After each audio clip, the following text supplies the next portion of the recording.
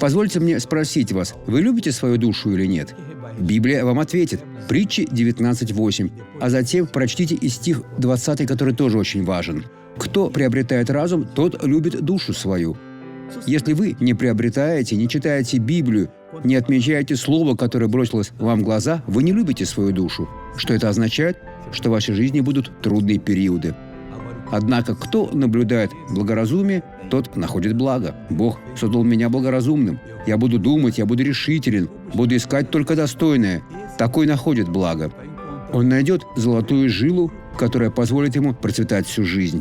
Послушайте рассказ этого человека о полученном благословении. Я была очень счастлива. В чем была ваша проблема?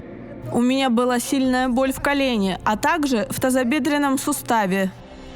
Вам приходилось ходить с этим костылем? Я с ним ходила из-за сильной боли. Из-за боли. А теперь? Теперь ничего не болит. Не болит и не будет больше болеть. Как долго вы ходили с ним? 9 лет. 9 лет, друзья.